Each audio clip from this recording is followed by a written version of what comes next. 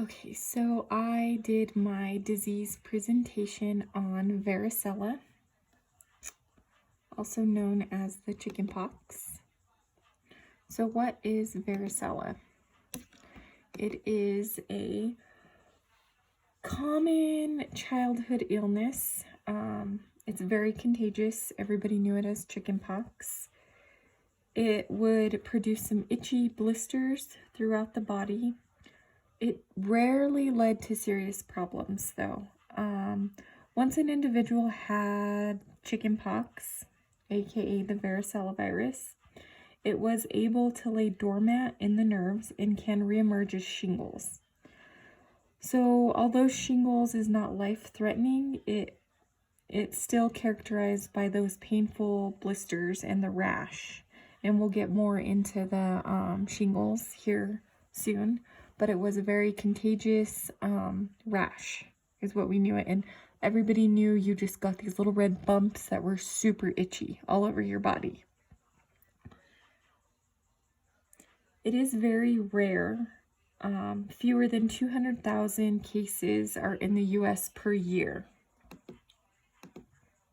Some of the signs and symptoms of chickenpox or varicella include some flu-like symptoms. So you do have the fever, the tiredness, loss of appetite, fatigue, body aches, headache. There were the red spots, as we mentioned before, that would appear on the face, chest. They would eventually spread all over your entire body. Very, very itchy and painful. The blisters would become sores. After they become the sores, the healing process did include some formation of crusty-like scabs. Symptoms in adults and children are typically the same. Adults can be a little bit more severe than children. All right, we're getting into transmission. How is it transmitted? The way that it is transmitted is through inhalation of the infected respiratory secretions on contact with infectious skin lesions. So the virus can spread coughing, sneezing. This allows the viral containing droplets to become airborne. VZV has an incubation period of 10 to 21 days and is most contagious through physical contact a few days before any of the symptoms we mentioned before. Now, that being that they are airborne, so airborne is the respiratory droplets. The way that airborne is spread is through somebody coughing or sneezing. It can also be transmitted through saliva. The way saliva transmission can be is sharing drinks, kissing.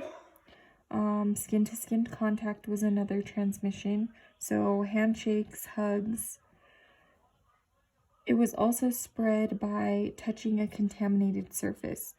So if a doorknob was touched or a blanket and then someone else went and grabbed a hold of that, that would also transmit the disease.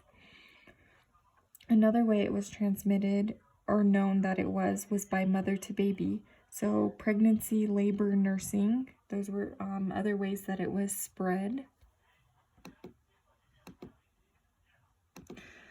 Now, I did the project on this because it infects the respiratory system.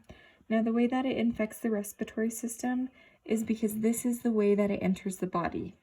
It enters through the respiratory system. People get lung infections. Lung infections lead to pneumonia. Now, this occurs in about 1 out of 400 adults. The way it affects it is it leads to a lot of coughing and difficulty breathing, which can be dangerous. It also affected the nervous system. Now, this system was affected because the virus that caused the chickenpox stayed inside nerve cells. Now, the virus will stay stay dormant for years. So once an individual's had the chickenpox, the varicella virus is able to lay dormant in the nerves, and it can reemerge as shingles. Now, as I mentioned before about the shingles, I did say it's not life-threatening, but it does have that painful rash of blisters in the sores. Some people that have acquired shingles, they can also develop a skin condition. Now, it's a little tricky to say, but it's prosthetic neuralgia. This is in a lot of individuals who have a weakened immune system. A herpes zoster vaccine is available to reduce the risk of developing shingles.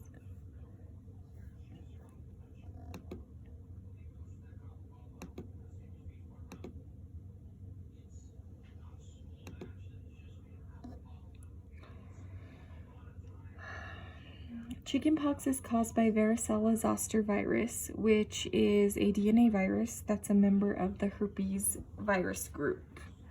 I'm sure we've all heard about the herpes virus groups. So after primary infection, VZV stays in the body. So there's a sensory nerve, ganglia, and it stays in the nerve as a latent infection. Now, this means that it resides in the body of a specific infectious agent without any manifest symptoms. So the symptomless incubation period in that certain disease. And that's just basically what that means.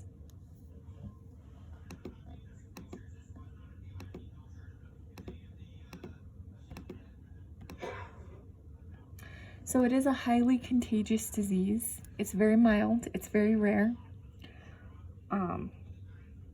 It has changed dramatically since the introduction of the vaccine in the United States in 1995.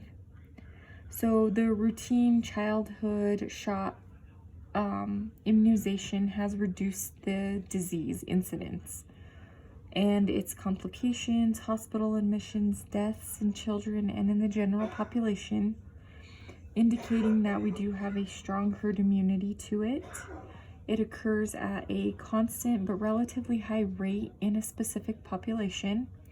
Since the mode of transmission of VZV is mainly respiratory aerosol, there is a high rate of infection in community settings such as schools. Active herpes zoster causes often spread varicella to susceptible people, usually elderly people, and those who have not been exposed to the virus.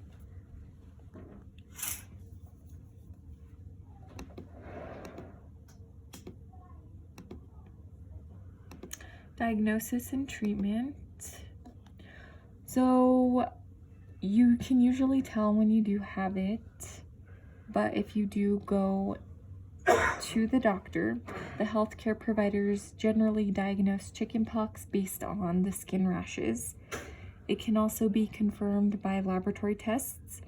If there are any doubts, such as a blood test or a culture of the lesion, they'll take a little cotton swab, rub it on the sore or blister. It's usually self-treatable if there are no complications. Some of the recommended treatment for chickenpox include some calamine lotion, oatmeal baths, that's going to help relieve the itching, a pain reliever, fever reducer, Tylenol, Motrin, ibuprofen. Try not to scratch the blisters or scabs as they heal. Trim the fingernails. Constantly wash your hands with antibacterial hand soap and warm water to keep the rash from getting infected. If you do scratch it, scratching the blisters or scabs before they heal can also cause some scarring on the skin tissue.